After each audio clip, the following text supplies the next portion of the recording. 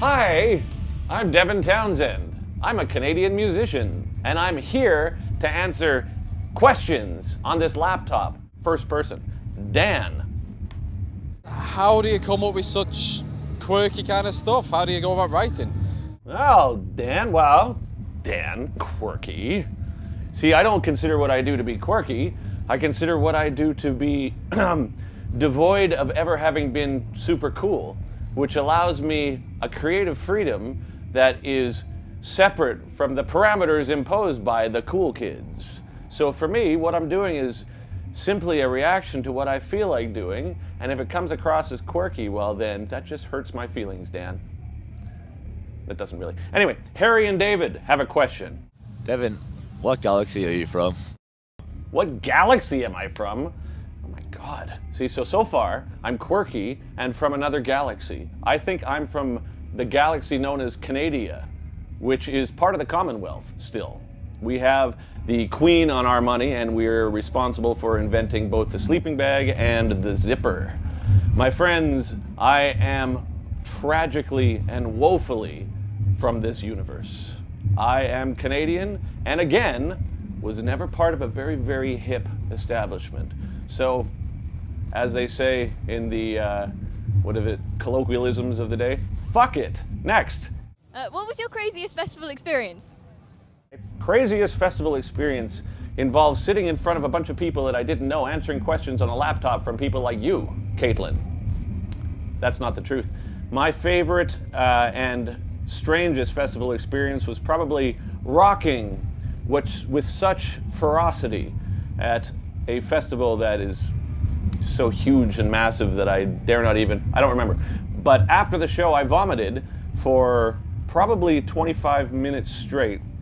I had the line of saliva from my bottom lip to the 2 liter of, what's the orange stuff? Fanta? Yeah, that's what I did. And I realized at that point that I'm incredibly out of shape and I needed to start getting into shape. Since that time, I haven't exercised. Next, Mark. What's your favorite Muppet character? My favorite Muppet character?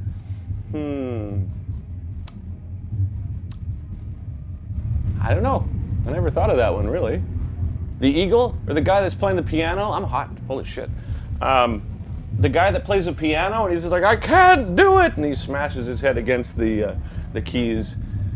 I don't know, I was never a huge fan of the Muppets. I mean, I liked it, but it was the Dark Crystal for me. Like, same group of people. But without the Dark Crystal, I wouldn't be doing the quirky music that I'm doing from another galaxy. All right, Adam. If you were in a nuclear power plant explosion and you gained one superpower, what would it be and why?